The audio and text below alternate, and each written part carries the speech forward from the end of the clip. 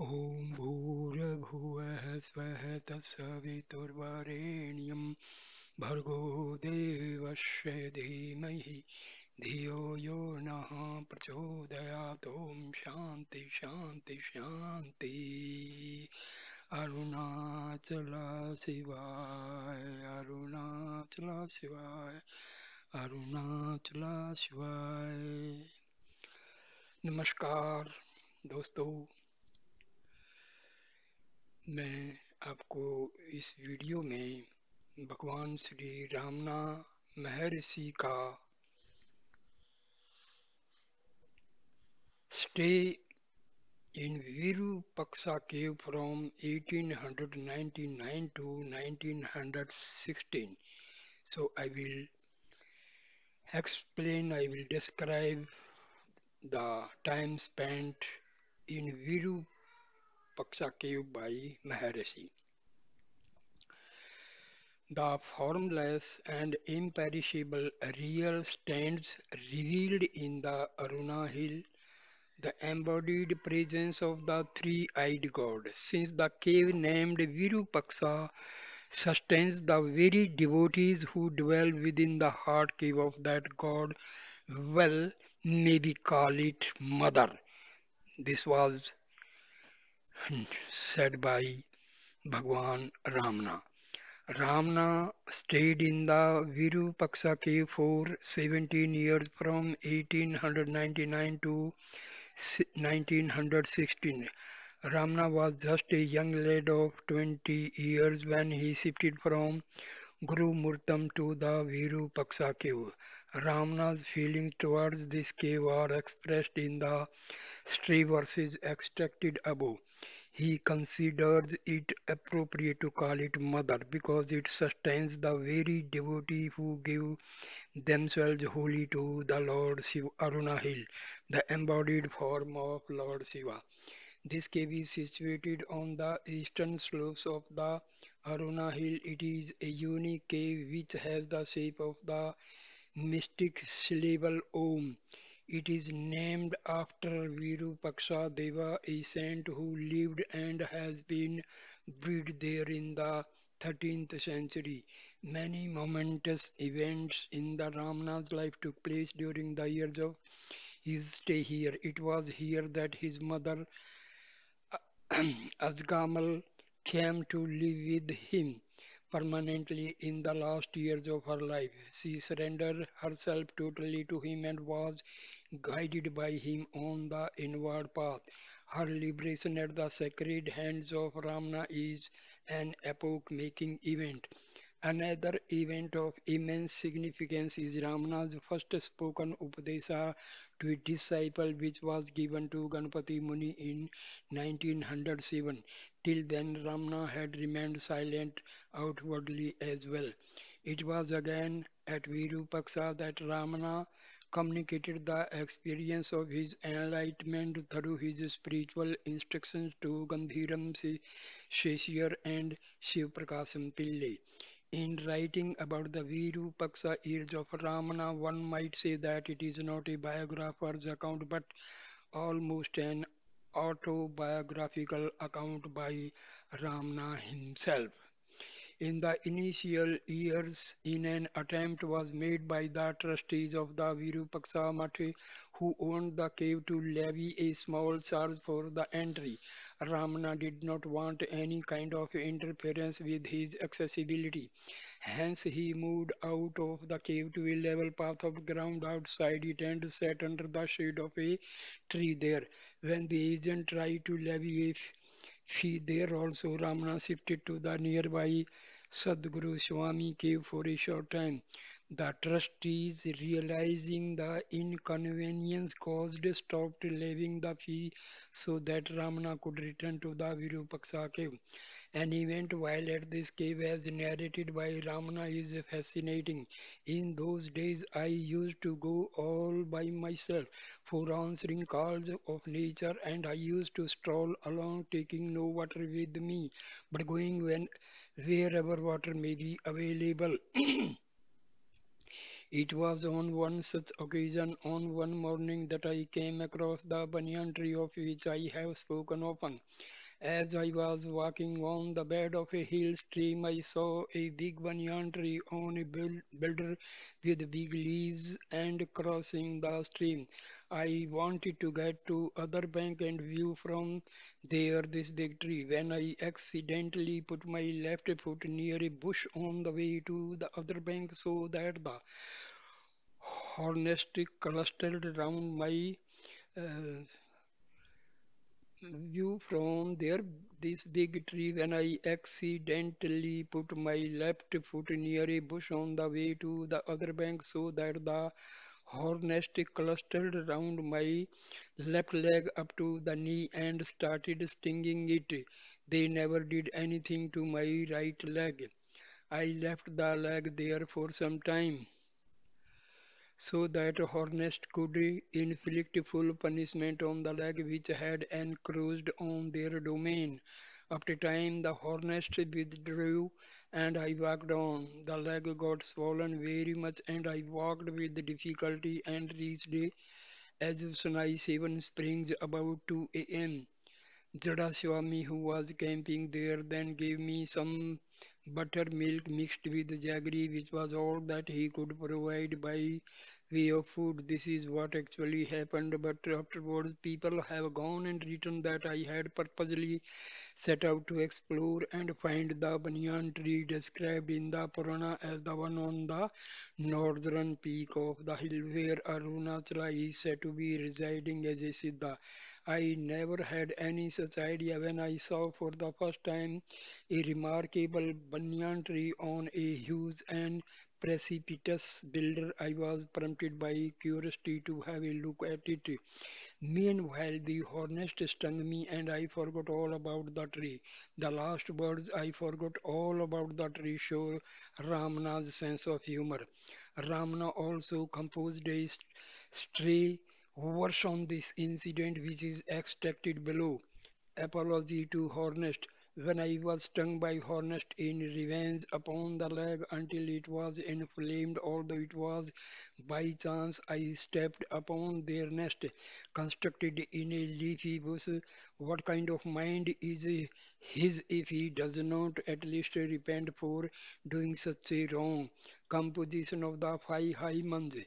We have an account of how the decade on Arunachala and 8 verses on Arunachala came to be composed by Ramana spontaneously. One morning when he was sitting on the veranda in Virupaksha cave, the words Cornelius and I came to him very insistently, but he took no special notice of them. It seemed the same thing happened the following morning also. Then Bhagwan composed the first stanza of the decade on Arunachala. The next morning, the words beginning the second stanza similarly came to him, and he composed the second stanza, and so the thing went on every day till the last two stanzas were composed on one day. On that day, after composing the two last stanzas, Bhagwan, it seems, started for a Giri Pradikshana going round the hill. One of his disciples, Ayya Swami, brought a piece of paper and pencil and told another disciple who was going with Bhagwan. Bhagwan has been composing one stanza every morning for some days now, and today he has composed two stanzas more. More may come to him today. In case they do have this paper and pencil with you so that the same may be recorded. Bhagwan actually composed the first 6 stanzas of the Arunachala Ashtakam, 8 verses on Arunachala. It seems Ek- Ekama first got the marital garland of letters published. Narayana Reddy came to know of the uh, Padikam and Ashtakam soon afterwards and wanted to publish them. Then Bhagwan composed two more stanzas for completed the Ashtakam and decade.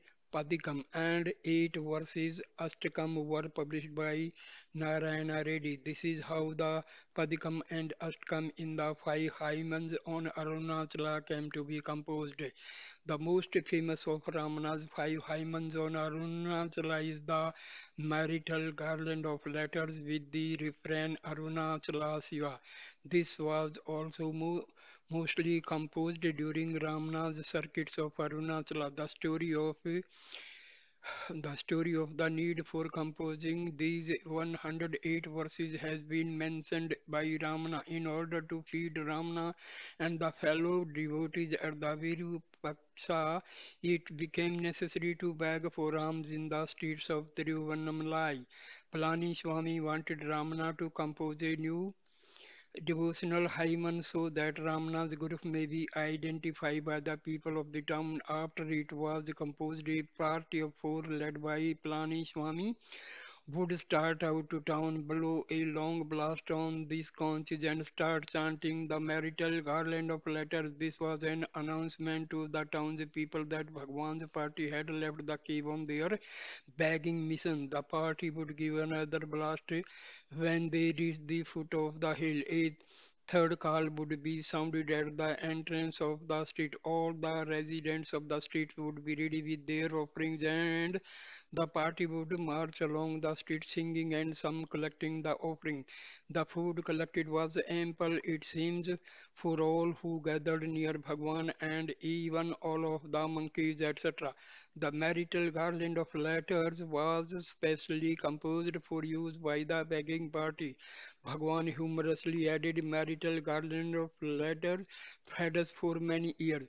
Ramana with the children. Even though Ramana remained silent in the first years of stay at Virupaksha cave, many children and would climb up to the cave and sit for long periods just to be in his presence. After 1907, sometime Ramana would join the children in their play. He played marbles with them and referred to this later as follows: the holes dug for the purpose must be there even now.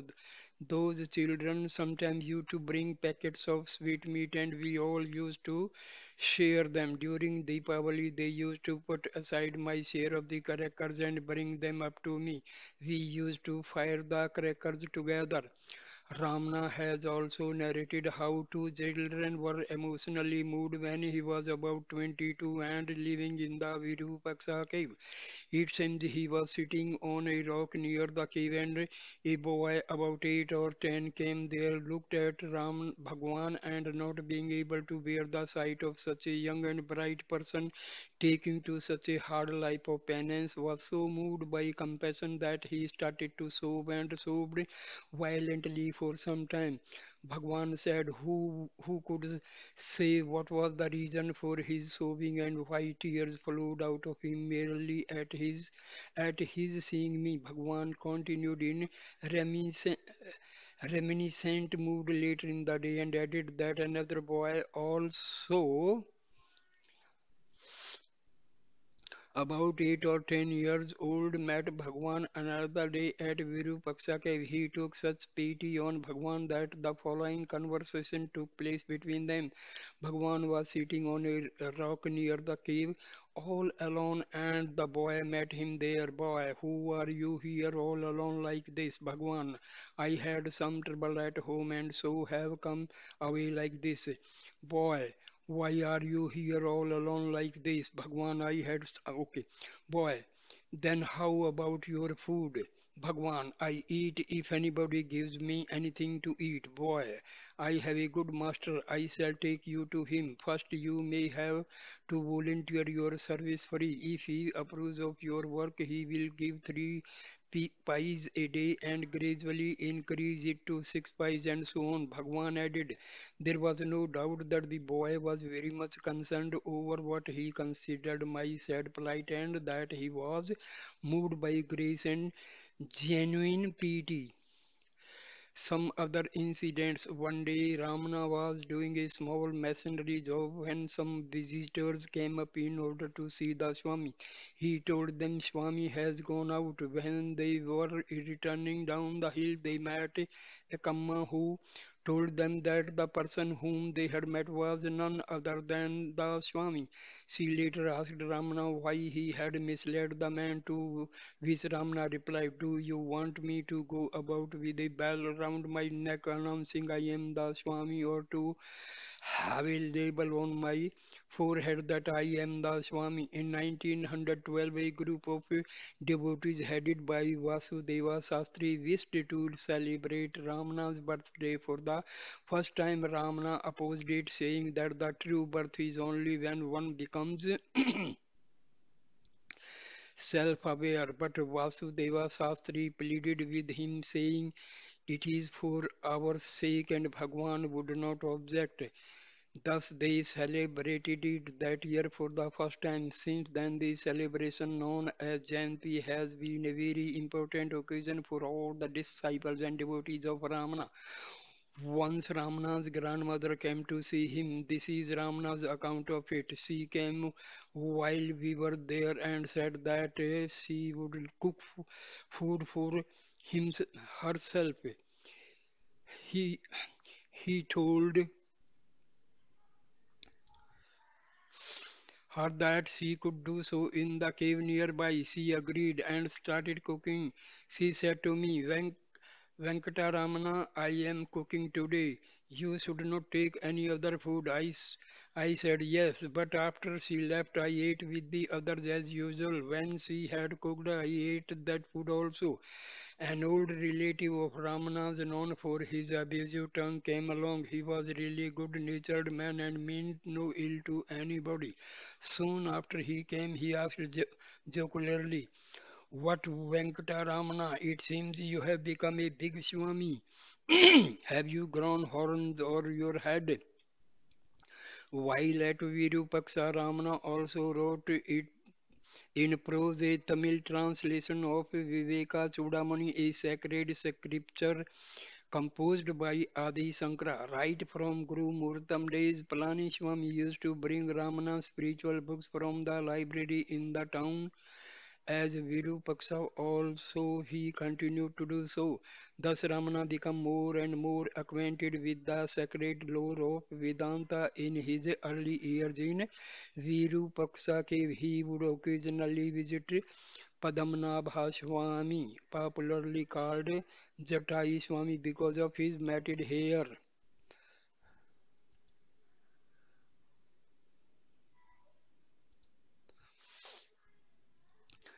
The Swami had several Sanskrit books, through some of which Ramana would glance and remember all that he had read. We have already seen that even as a boy at school, he was remarkable for his prodigious memory. A scholar once came to the cave and left a copy of Shankaracharya's Viveka Chudamani, a metrical manual of Vedanta which expounds the truth of Advaita in a clear and comprehensive manner.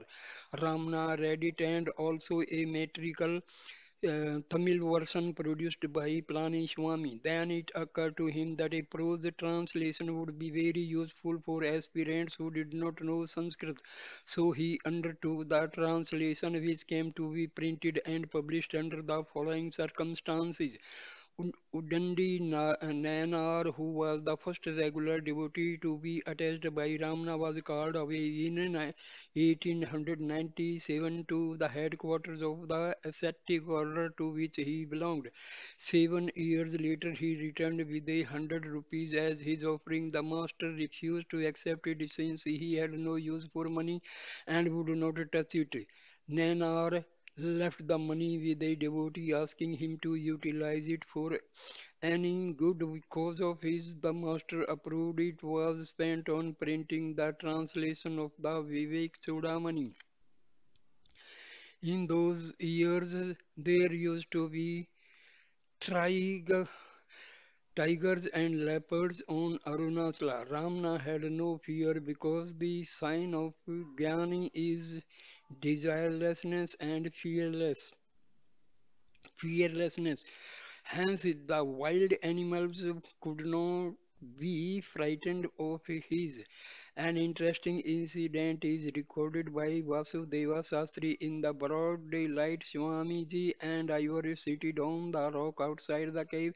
In the valley below, a tiger and a leopard were playing with each other, and Bhagwan was smiling as he watched the friendly movements of the two animals. I was high, however, in a terrible fright and requested Bhagwan to come into the cave. He was adamant and there motionless. As for myself, I sought the shelter of the cave. The two animals played about for a while, looked at Swamiji in the same way pets do, and without any fear or expression of anger, went their own way, on one going up the hill and other down. When I came out of the cave and asked Swamiji, were not you afraid when the two animals were playing so close to you? Bhagwan said with a smile, why have fear? I knew as I saw them that after a while one of them would go up the hill and the other down. And they did. If we get frightened and say, oh, a tiger, they will also get frightened and say, oh, a man, and will rush toward to kill us. If we do not have fear, they too will not have any fear and will then move about freely and peacefully. In spite of all that Bhagwan had said, Sastri added, my fear never left me. Ramana would never take anything without sharing it with all those present. As a result, often there would not be enough food to go around. Ramana has narrated what used to happen when I was in Virupaksha cave. Sundaresa Iyer used to go out into the town for Viksha and bring us food. At times there used to be no curry or chutney. People to eat were many while the food obtained was limited. What were we to do? I used to mix it into a paste and pour hot water over it to make it like gruel, and then give a glassful to each and take one myself. Sometimes we all used to feel that it would be better if we had at least some salt to mix with it, but where was money to buy salt? We should have had to ask someone for it. If once we began to ask for salt, we would feel like asking for dal, and when we ask for dal, we would feel like asking for pyasam and so on. So we felt that we should not ask,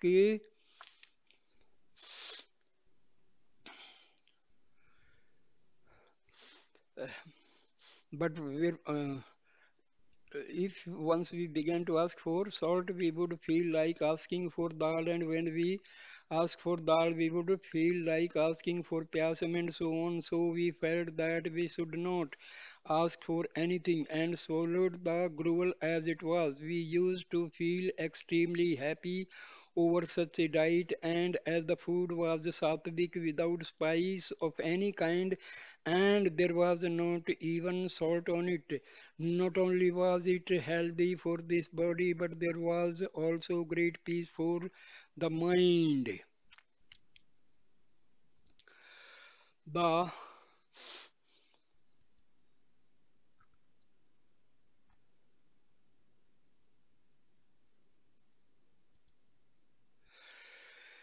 the most significant event after enlightenment. The first biographer B.V. Narasimha Swami had interviewed Ramana about an incident which happened in 1912 while he was staying at the Virupaksha cave. This interview is given as an appendix to Narasimha Swami's biography under the heading A Strange and Remarkable Incident in the Life of Sri Maharshi.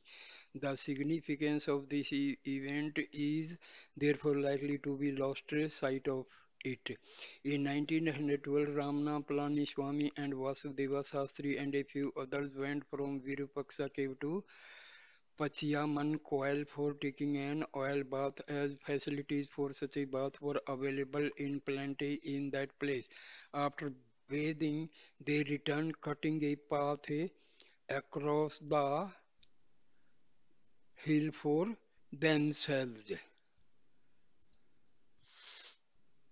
The sun was fairly hot even at about 10 a.m. When they reached the tortoise rock, Ramana began to feel faint, and what happened is best stated in his own words. Suddenly, the view of natural scenery in front of my in front of me disappeared, and a bright white curtain was drawn across the line of my vision and shut out the view of nature. I could distinctly see the gradual process. At one stage, I could see a part of the prospectus of nature yet clear, and the rest was being covered by the advancing curtain. It was just like drawing a slide across one's view in the stereoscope. On experience this, I stopped walking lest I should fall. When it cleared, I walked on. When darkness and faintness overtook me a second time, I leaned against a rock until it cleared, and again for the third time I felt it safest to sit. So I sat near the rock. Then the bright white curtain had completely shut out my vision. My head was swimming, and my blood circulation and breathing stopped. The skin turned a livid blue. It was the regular death-like hue, and it got darker and darker. Vasudeva Sastri took me, in fact, to be dead, held me in his embrace, and began to weep aloud and lament my death. His body was shivering.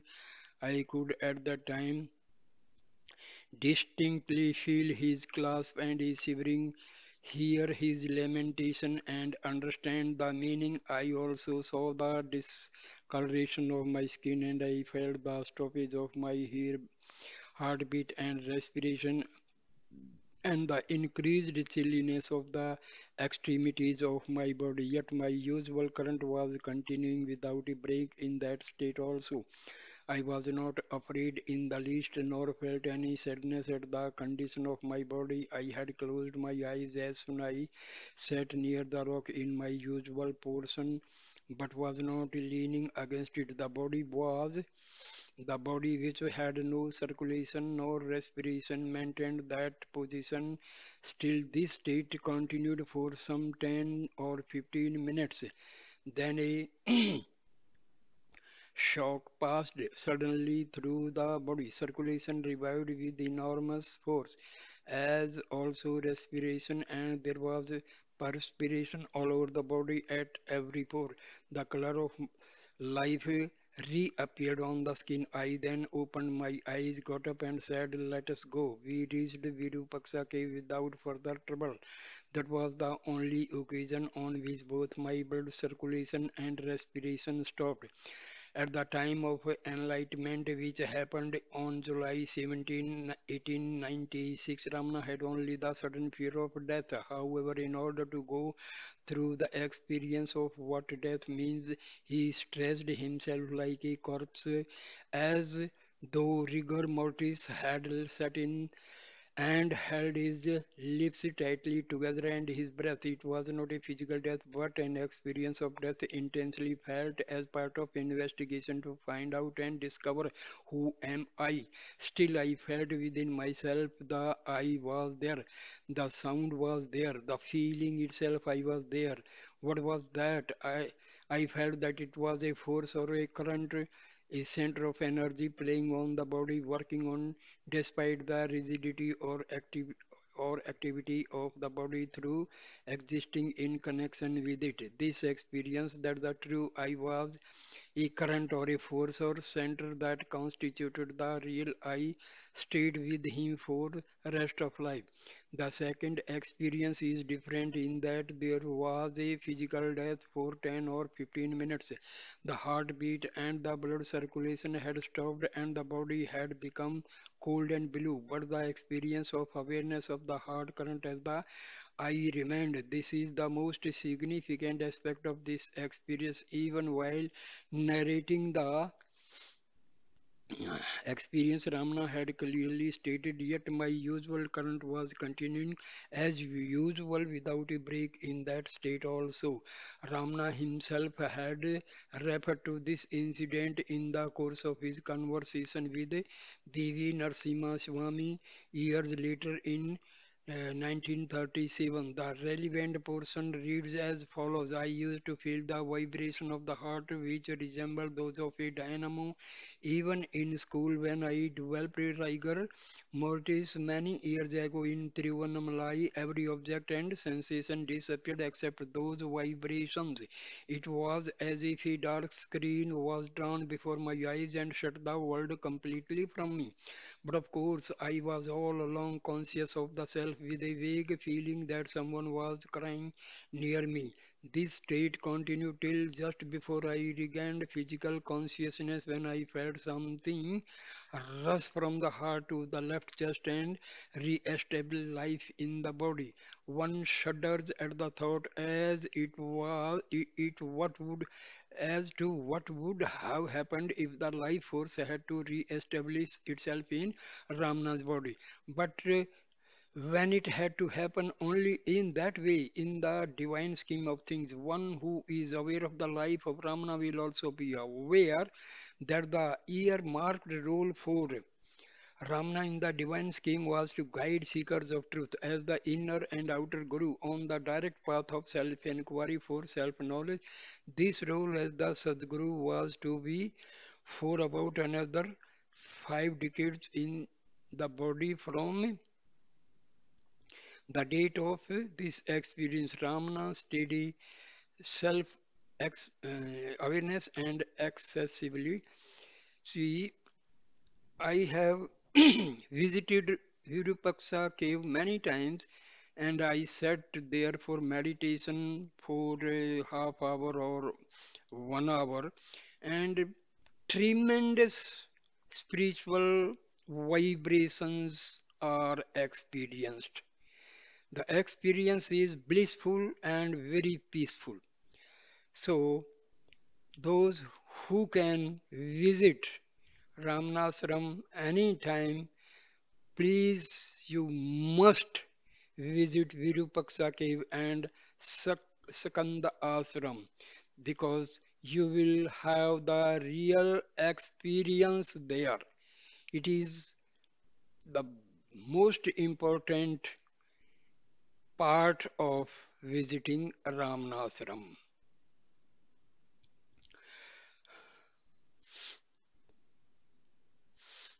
So thank you for watching this video. Please like, comment and share the video and subscribe my channel. Thank you dear friends. Thank you so much.